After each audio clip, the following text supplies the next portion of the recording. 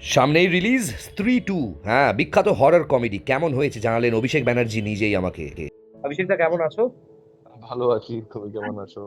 আমি খুব ভালো আছি, যেরকম বলতে হয়।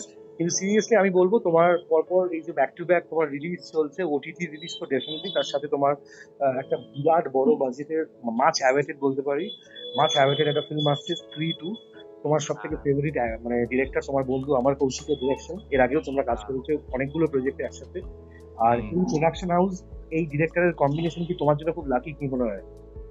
হ্যাঁ, অফকোর্স খুব লাকি। আর মানে এক ধরনের বলতে পারো যে আমি শুরুই করেছিলাম আমার কৌশিকের সঙ্গে, ম্যাডকের সঙ্গে। আর যখন আমরা শুরু করেছিলাম তখন আমরা জানতাম না যে আমাদের একটা সিনেমা ফিউচারে এত বড় সিনেমা হয়ে যাবে যে ওটা কি মানে লোক বলবে যে অ্যাডভান্স বুকিং ফাটাফাটি চলছে, আর হয়তো বলিউডের সবচেয়ে বড় ওপেনিংটা আমরা নেব এই বছরে। তো মানে ইটস গ্রেট, কারণ যখন তুমি নিজের বন্ধুদের সঙ্গে যখন সাকসেসফুল হও, ওই সাকসেসটা বেশি কি বলে ওটাকে, বেশি কাছে থাকে দেন। হ্যাঁ, তাই জন্য I think it's a very very big deal for all of us. Abhishek একটা জিনিস বলো, সেটা হচ্ছে এই যে এত ভালো একটা প্রজেক্ট অপূর্বা, এটা যে ওটিটি রিলিজ হলো, তোমার কি মনে হয় না এটা একটা প্রপার একটা কমার্শিয়াল? থিয়েট্রিক্যাল হওয়া উচিত ছিল। হ্যাঁ হ্যাঁ, অফকোর্স আমি বলেছিলাম তখন যে এটা থিয়েট্রিক্যাল কেন হচ্ছে না, এইসব ব্যাপার কথা হয়েছিলাম। কিন্তু দ্য থিং ইজ দ্যাট কখন কখন সিনেমাগুলো ওটা টেবিলেই, মানে কর্পোরেট টেবিলেই ওটা বিক্রি হয়ে যায়। ওকে। তো অপূর্বা যে সিনেমাটা ছিল, that was already bought and sold as a OTT film. হ্যাঁ, তাই ইনিশিয়ালি। জন্য, হ্যাঁ, তাই জন্য এই সিনেমাটাকে ওরা ওটিটি সিনেমা হিসাবেই দেখেছিল। And also Bollywood was not doing very good, and the market was very slow and down, so people were scared to put something in theater. ওটা তো সিনেমা বানানোর পরে বোঝা যায় যে সিনেমাটা ভালো হয়েছে না না হয়নি। অ্যাবসলিউটলি, ওটার ইনিশিয়াল শুধুমাত্র সিনেমা, ওভারঅল সিনেমা না, ওটার যে ফার্স্ট লুক বা ওটার যে ট্রেলার, এগুলো এত ইন্টারেস্টিং ছিল, যেভাবে ওটাকে, মানে আমার মনে হয় ওটাকে কোনোভাবে বন্ধ করা হয়েছে বা ওটাকে ওটিটি রিলিজ করা হয়েছে, ওখানে রাজপাল যাদব বা তুমি, তোমরা যে ক্যাটাগরির অভিনয় ওখানে করেছো, বা যেরকম একটা ওই যে জনারের ওটা মুভি, এটা কমপ্লিটলি একটা অন্য যে ভাবে রিলিজ করা যেত, আমার মানে রিলিজ করা যেতে পারে এত সুন্দর একটা প্রজেক্টকে, ইনক্লুডিং ওর ব্যাকগ্রাউন্ড মিউজিক সুপার, মানে দারুণ। আচ্ছা, তারপর নিখিল ভাট ভালো ডাইরেক্টর, উনি খুব ভালো হ্যাঁ, খুব ডাইরেক্টর ভালো, উনি। সত্যি খুব ভালো ডিরেকশন। আর বেদা, বেদার যখন হ্যাঁ টপিক আসে, নিখিল আডবাণী এই নামটার সঙ্গে আমরা সবাই খুব familiar for the last few years. Nikhil আডবাণীর প্রচুর ডিরেকশন। আর আমি তো জানতাম নিখিল আডবাণী আর জন এব্রাহিম দুই ভাই, মানে ও আছে, মানে নিখিল আডবাণী থাকবে, মানে একসাথেই হয়তো বড় হয়েছে মনে হয়, কারণ ওনার হ্যাঁ প্রজেক্টে হ্যাঁ একটু হ্যাঁ সাকসেসফুল জন হ্যাঁ। এব্রাহিমের সাথে কাজ করার এক্সপিরিয়েন্স কেমন, আর নিখিল আডবাণী ডিরেক্টর হিসেবে কেমন? দারুণ ডাইরেক্টর, মানে he is actually the first senior director I have worked with. Okay. আমার কিন্তু যা সিনেমা যা শো করেছি সবাই কিন্তু ফার্স্ট টাইম ডাইরেক্টর ছিল। হ্যাঁ, সবাই তো তোমার বন্ধু, তুমি যাদের সাথে হ্যাঁ, কাজ সবাই করেছো। বন্ধু, first time director. This is the first time I got an opportunity to work with an experience director, senior director. আর ওকে। অনেকই সেলিব্রেটেড ডাইরেক্টর, মানে অনেকগুলো জনার করেছে। এই না যে খালি রোমান্টিক কমেডি করেছে কিংবা খালি রোম্যান্স করেছে, রিয়েল ইনসিডেন্ট নিয়ে গল্প করেছে, আবার অল্টারনেট হিস্ট্রি নিয়ে ডি-ডে করেছে, আবার মানে এরকম মানে মুম্বাই ডায়েরিজ করেছে। তো he has a varied range, যেটা কিন্তু অনেক কম ডাইরেক্টরের মধ্যে থাকে, যে তুমি আলাদা আলাদা জনারে সিনেমা বানাতে পারো। And he is I think one of the few directors. আর আমি খুবই লাকি ফিল করি যে উনি আমাকে এই রোলের জন্য হি চোজ মি। কারণ the cliche way of thinking is that if John Abraham is playing the action hero, then we need a muscular guy in front of him, and we need somebody who can take his shirt off. But he needed an actor. He needed to see someone who can stand up to him with eyes, with body language, with the mind games. And that you have to give credit to him, that he thought of something like that. And John, আর কি বলবো, মানে he's such a senior actor. He's also an iconic action star. আমার একবারও মনে হয়নি যে আমি কোনো একটা বড় অ্যাকশন স্টারের সঙ্গে কাজ করছি। I always felt that I am working with a friend. He always supported me, motivated me. সিনেমা যখন উনি ফার্স্ট কাট দেখলেন তখনও ফোন করেছিলেন। He called me and he said that he loved my work. You just need this kind of motivations from seniors, so that you know that whatever you're doing is right. Somewhere your hard work is paying off. ওকে ওকে। আর এটা আমার question, মানে অপূর্বা বা এই যে যেটা আমরা আমরা যেটা রেখেছিলাম, বেদা যেটা রিসেন্টলি রিলিজ করেছে, তুমি কি অ্যাজ এ কাস্টিং ডিরেক্টর এখানে কাজ করেছো? না, আমি করিনি, আমাকে দেয়নি কাস্ট। এটা করছিস কেন? আচ্ছা, এই being a casting director, being Abhishek Banerjee বা আনমোল আহুজা, এইটা কি একটা মানে তোমাদেরকে অ্যাজ অ্যান অ্যাক্টর যখন কাস্ট করা হয়, ধরো তুমি একটা প্রজেক্টে নিজে কাস্ট করেছো, তারপরে হুম তোমাকে আবার অ্যাজ অ্যান অ্যাক্টর কাস্ট করা হচ্ছে, এবং তোমার হুম এক্সক্লুসিভ কিছু ক্লায়েন্টস আছে যাদের কাস্টিং তোমরাই করো এবং সাকসেসফুল প্রজেক্ট গুলো, মানে ওরা হুম জানে যে হুম। তোমরা কাস্ট করলে প্রপার একদম অ্যাক্টরদেরই তোমরা কাস্ট করবে, কোনো স্টার হ্যাঁ করবে না। হ্যাঁ হ্যাঁ তোমাদের আওতায় যে সমস্ত অ্যাক্টররা আছে সবাই থিয়েটার করেছে, বা কেউ এনএসডি, কেউ এফটিআই, কেউ হ্যাঁ SLF, আমি দেখেছি, মানে আমি হ্যাঁ হ্যাঁ তোমাদের ফলো করি রেগুলারলি, আমি হ্যাঁ দেখেছি। হ্যাঁ ইনফ্যাক্ট আমি কাস্টিং কাস্টিং বেতে যখন এই 16-17 দিন আগে গেলাম, তুমি যখন বম্বের বাইরে ঘুরছি ওই হ্যাঁ সব হ্যাঁ করছিলে, হ্যাঁ আমি যেরকম তোমাদের নতুন অফিস ও দেখলাম, হ্যাঁ হ্যাঁ নতুন অফিস দেখলাম দোতলায়। আমি ওখানে জিজ্ঞেস করছি অভিষেক দা আছে, বলছে হ্যাঁ দুটো অভিষেক আছে, অভিষেক ঠাকুর আর Abhishek Banerjee. Are you asking for না অভিষেক ব্যানার্জি, হি শুটিং। যাই হোক, আমি দেখলাম, মানে আমি ওখানেও আরেকজন অ্যাক্টরের সাথে দেখা হলো, তোমাকে আমি ছবিটা পাঠালাম, যে উদ্যানে হ্যাঁ অভিনয় করেছিল, আমি এখান থেকে হ্যাঁ হ্যাঁ কমপ্লিটলি অ্যাক্টরদেরই তোমরা জোর দাও। সেই জায়গা অফকোর্স। থেকে একজন কাস্টিং ডিরেক্টর অভিষেক ব্যানার্জিকে যখন একজন অ্যাক্টর অভিষেক ব্যানার্জি হিসেবে কেউ কাস্ট করে, অভিষেক দা কিছুটা কি একটু মানে একটু সাবধানে কাস্ট করা হয় নাকি একটু ভয় ভয় সাবধানের দিয়ে? ব্যাপার না, না না না, ভয় ভয় কোনো ব্যাপারই নেই। যদি যদি সত্যি রোলটা যদি আমার উপরে যদি মানায়, হুম আর হুম। যদি director wants me and I also want to do the হ্যাঁ রোল। হ্যাঁ। এমনও অনেকবার হয় যখন ডাইরেক্টর আমাকে চায় কিন্তু আমার রোলটা পছন্দ হয় না, আমি ওকে তখন ওকে। বলে দিই যে না, আমি এই রোলটা করতে চাইবো না। রাইট। কিংবা অনেকবার মানে বেসিকলি ব্যাপারটা হচ্ছে যে কাস্টিং বেড থেকে কখনো আমাকে পিচ করা হয় না। ওকে ওকে। যদি ডাইরেক্টর বলে যে হ্যাঁ। এই রোলটার জন্য অভিষেকের সঙ্গে কথা বলে দেখবে, তখন আনমোল আমাকে ফোন করে বলবে যে এই একটা রোল আছে, তুই করবি কি দেখে নে, যদি তোর ওকে রোলটা ভাল লাগে তাহলে আমরা কথা বলবো। ওকে তখন আমার উপর ডিপেন্ড করে, যদি আমার ভাল লাগে তো then we talk, otherwise we don't talk. আর okay. Actually for the past 2 years মানে রানা নাইডুর পরে হুম। কাস্টিং বের থেকে আমি কোনো কাজ পাইনি। ওকে, না তুমি তো তো আমি তো বললাম না, হাইয়েস্ট হ্যাঁ, ট্যাক্স পেয়ার, মানে highest Bong tax payer in Bollywood is Abhishek আরে ব্যানার্জি রাইট নাও। আরে না না He's না taking না। more than Jesus And Sengupta and in fact Vijayendra Bhattacharya. In fact Mukesh Chhabra আমাকে অনেকবার কাজ করেছে। হ্যাঁ, এবার হি এবার হ্যাজ আমি কাস্টেড মি। এবার আমি মুকেশ চাবড়ার টপিকেই আসবো। আমার সাথে মুকেশ চাবড়া দুদিন বেশ আড্ডা হয়েছে এই মাঝখানে, তুমি যখন ছিলে না বম্বেতে। হ্যাঁ হ্যাঁ মুকেশ চাবড়া ওখানে ছিল এবং মুকেশ চাবড়ার সাথে উনি দুদিন ছিলেন, মানে যাই হোক, উনি কি কি গাড়ি কিনেছেন দেখাচ্ছিলেন, অনেকক্ষণ ইয়ার্কি বাচ্চা। ওনার একটা খুব সুন্দর কুকুর গিফট করেছে কেউ একটা, সেই বাচ্চাটাকে হ্যাঁ নিয়ে ঘুরছিলাম। হ্যাঁ জান, বাচ্চাটার নাম ছিল জান।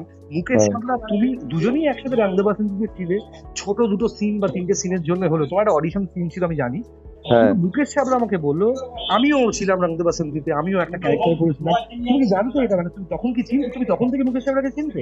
না, তখন চিনতাম না, তারপরের থেকে চিনতে শুরু হলো কিন্তু কিন্তু যখন যখন যখন বে- আমরা তোমরা যখন মানে তুমি যখন দিল্লিতে ছিলে, যে রামদেব বাসন্তী তোমাদের কলেজ থেকে তুমি আমাকে বলেছিলে। না, because he did a different character আর আমরা তো ওকে ওই ভিড়ের মধ্যে ছিলাম। আর ও করেছিল ওই যখন ওই পাস্ট লাইফ যখন দেখানো হ্যাঁ হ্যাঁ হয়, হ্যাঁ হ্যাঁ, প্রিভিয়াস। তখন ওয়ান অফ দ্য স্বতন্ত্রতা সেনানীর ক্যারেক্টারটা উনি করেছিলেন। Right now right. The thing is I got to know him during Kaminey. Okay কামিনের কাস্টিং করছিল and I went and met him and I also helped him with readings with some actors. Okay okay That is how the first time I got to know about him.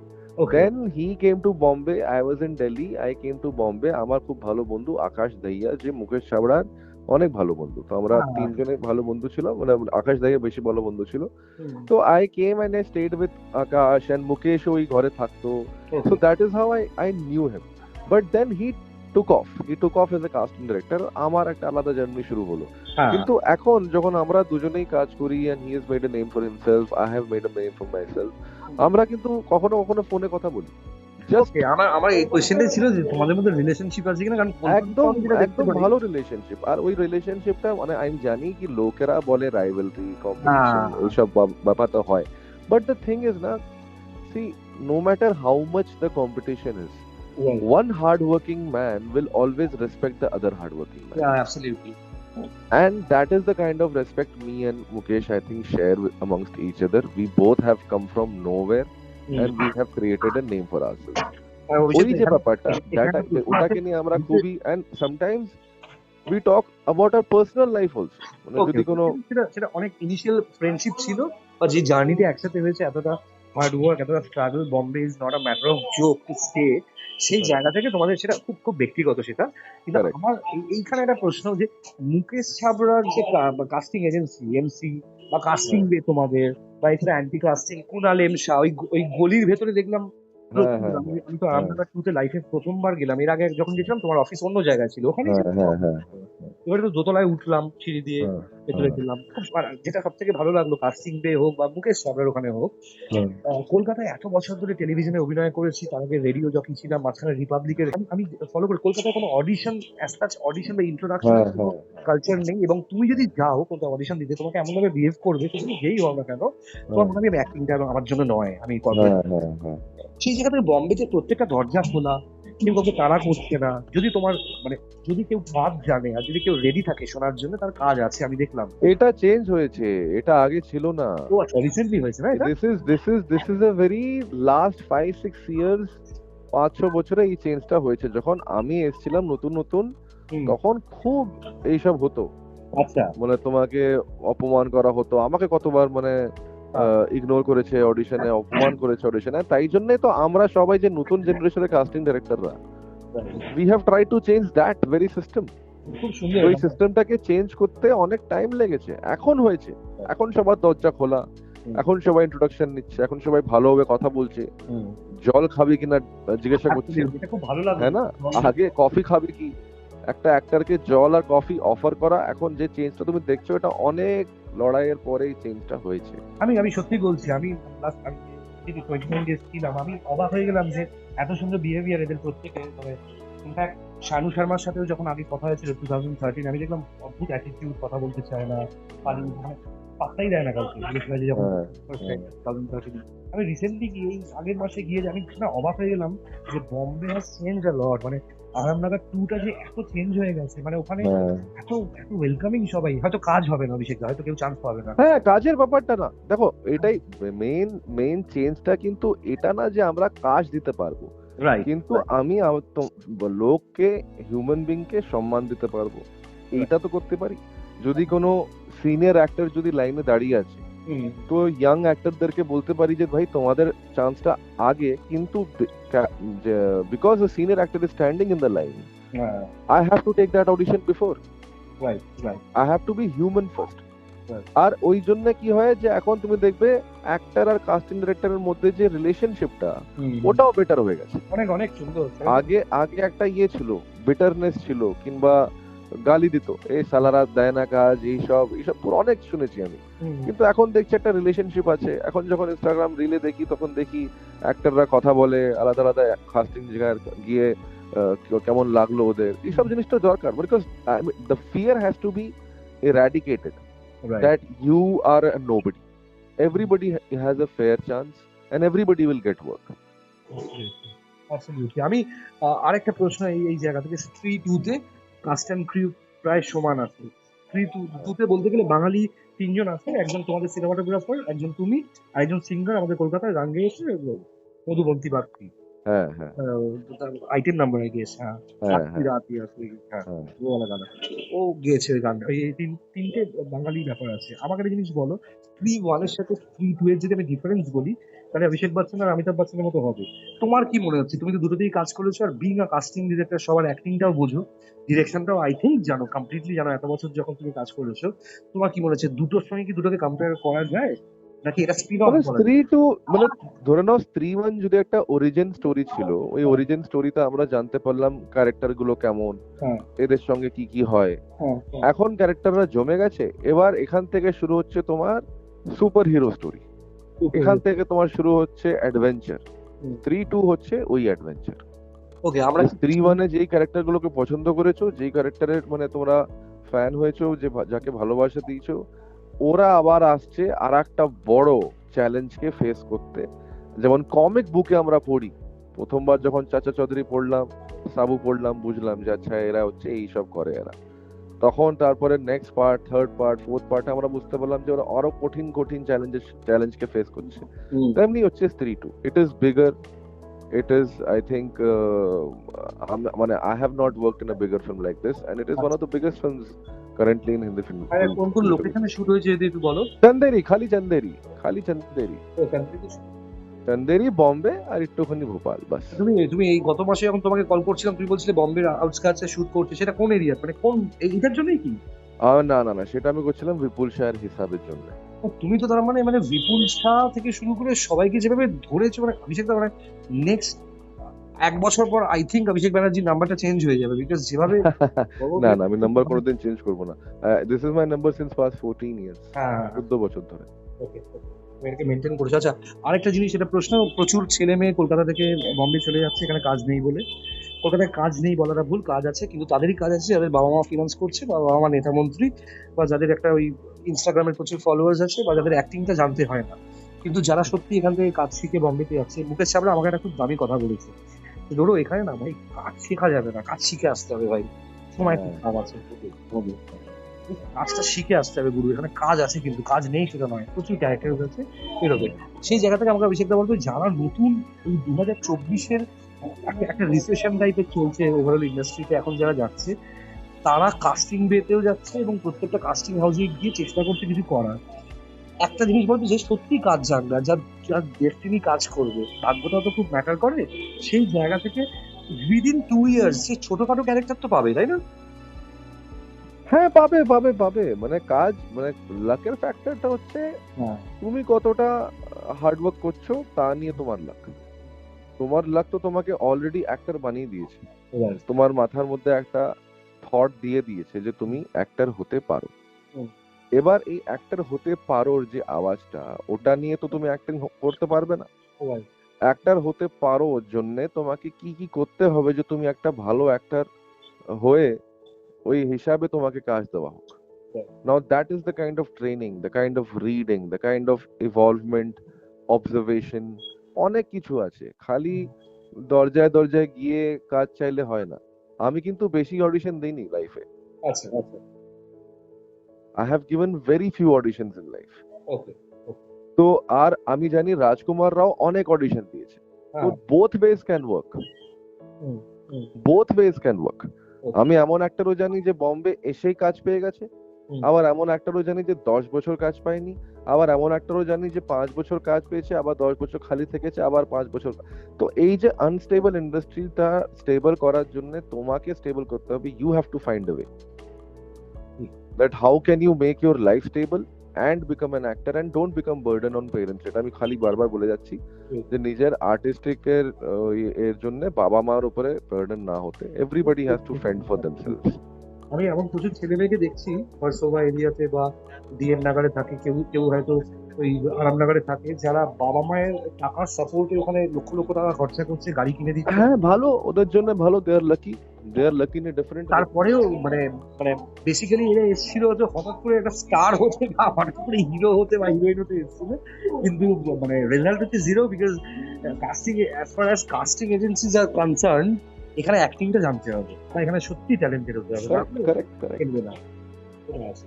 আর এবার একটা জিনিস বলো, আমি আমি এটা অনেক অনেক সময় জিজ্ঞেস করছিলাম যে ভালো অ্যাক্টর হচ্ছে বা ধরো অন্য কোনো ইন্ডাস্ট্রিতে কেউ কাজ করেছে, সে বম্বেতে কাজ কাজ করতে যাচ্ছে, আর কাস্টিং বি একটা এজেন্সি, মুকেশ চাবলার ওটা একটা এজেন্সি, একটা কোম্পানি ধরো এগুলো কাস্টিং দিচ্ছে, সেক্ষেত্রে কি একজন অ্যাক্টরের ওয়ার্কশপ করার পাশাপাশি কোনো কাস্টিং এজেন্সিতে কিছুদিন অবজারভার বা অ্যাসিস্ট্যান্ট হিসেবে কাজ করলে কি অ্যাক্টিং এর ক্ষেত্রে অনেক ডেভেলপমেন্ট আসে? ওভারঅল ইন্ডাস্ট্রির ক্ষেত্রে হ্যাঁ, হ্যালো, মানে তুমি যখন বাইরে থেকে আসছো তুমি তো হ্যাঁ, কিছু জানো না হ্যাঁ, কিভাবে কাজ হয়, হুম, কত ঘন্টা কাজ করতে হয়, হ্যাঁ, গল্পগুলো কি হয়, কিভাবে নিয়ে ওগুলোকে শুটিং এ করতে হয় কাজ। হুম, তো এই যে কাজটা শিখবে কিভাবে তুমি? হয় তুমি অ্যাসিস্ট্যান্ট ডাইরেক্টর, বড় বড় স্টারদের কিন্তু বাচ্চারা যায়, হ্যাঁ, ওরা অ্যাসিস্ট্যান্ট রাইট, তো টেকনিক্যাল ডিপার্টমেন্টে কাজ না করলে তো তুমি বুঝবেই না যে টেকনিকটা কি। অ্যাবসলিউটলি হাইজিনটা জানতে হবে। না, তো এত কাস্টিং এ তো মানে কাস্টিং এ করো, ডাইরেকশনে করো, কিন্তু একটা ইন্টার্নশিপ দরকার। Intensive is needed. হ্যাঁ, ওই ইন্টার্নশিপটা করার পরে ইউ উইল আন্ডারস্ট্যান্ড কি how the industry works, then you will be able to work better. আমার সেটা মনে হয়েছে, আমি জানি না কেন আমার মনে হয়েছে যখন ইন্ট্রোডাকশন দিচ্ছি মুকেশ চাবলার ওখানে, বা তোমাদের ওখানে আতুল বলে সামওয়ান কল হ্যাঁ আতুল, হ্যাঁ, আমাকে নাম্বার দিয়ে বলো, ধরো তুমি কাইন্ডলি আমাকে একটু ভিডিওগুলো পাঠাও ইন্ট্রোডাকশন। আমি দেখলাম ইন্ট্রোডাকশন ভিডিওটা দেওয়াও একটা আর্ট, ওটাও খুব ইজি নয় যে আমি হিন্দি বা ইংলিশে কথা বলতে পারছি বা বাংলায় জানি বলে ইন্ট্রো হয়ে গেল, ইন্ট্রোটা দেওয়াটাও শিখতে হয়, আমি দেখলাম। হুম ইন্টারভিউটা ইজ অলসো ইম্পর্টেন্ট, মানে কিভাবে কথা বলছে, অনেকেই দেখছি একটা অদ্ভুত ভাবে হাসছে, একটা হিরোইক একটা প্রেজেন্স দেখাতে চেষ্টা করছে। বাট হুম তোমাদের একটা ইন্টারভিউ দেখছিলাম, তোমার আনমোল আহুজা এবং আরেকজন খুব নাম করা কাস্টিং ডিরেক্টরের পুরো একটা গৌতম কিষণ ইন্টারভিউ। চন্দানি, হ্যাঁ, হ্যাঁ রাইট, লালান টাপের মনে হয়, অনেক পুরোনো একটা ইন্টারভিউ কারেক্ট দেখছিলাম। কারেক্ট। তো তোমার একটা কথা আমার দারুণ লেগেছে, আমি বম্বেতে বসেই ইন্টারভিউটা দেখছিলাম ইউটিউবে। ইন্টারভিউতে তুমি বলছো যে অনেকে ইগোইস্টিক হয়, তারা তারা অডিশন দিতে চায় না, অনেক বড় বড় অ্যাক্টর। সেক্ষেত্রে আমরা তাদের বোঝাতে পারি না যে আমাদের অ্যাক্টরের অডিশন চাই না, আমার ওই ক্যারেক্টারটার অডিশন চাই। হুম যে ক্যারেক্টারটার জন্য লেগেছি ওই, আমি জানি এই একটা অভিনয় পারে বা এ দারুণ অভিনয় করে, কখনো ঝোলাইনি, দারুণ প্রেজেন্স, লোকে একে দেখে টিকিট কাটতে আসবে, কিন্তু আমি যে ক্যারেক্টারটা তৈরি করেছি, যেটার জন্য ডিরেক্টর আমাকে ক্যারেক্টার খুঁজতে বলেছে, ওই ক্যারেক্টারটা আমি অডিশনের জন্য ওনাকে দেখেছি, এইটাই বুঝতে চায় না। এটা কি এখন কারেক্ট। অনেক চেঞ্জ হয়েছে কিন্তু? এখন অনেক চেঞ্জ হয়েছে, এখন people are more open to auditions, এটা দেখেছি আমি। ওকে। কিন্তু I have also understood that probably why people don't want to give audition, ওটার মধ্যে কি হয় যে ওরা ভাবে যে এটাতে আমাকে কম আঁকবে, ওকে। প্রডিউসার কম আঁকবে, ডাইরেক্টর কম আঁকবে। হুম। সেটাও সত্যি ঘটনা, আমি এখন অ্যাক্টর হয়ে বুঝেছি ওকে। যে তুমি ওখানে চলে গেলে লোকরা ভাববে আচ্ছা একে একটু কম টাকা দিলেও হবে, হ্যাঁ হ্যাঁ, অ্যাভেলেবেল আছে। এর কাজটা খুব চাই।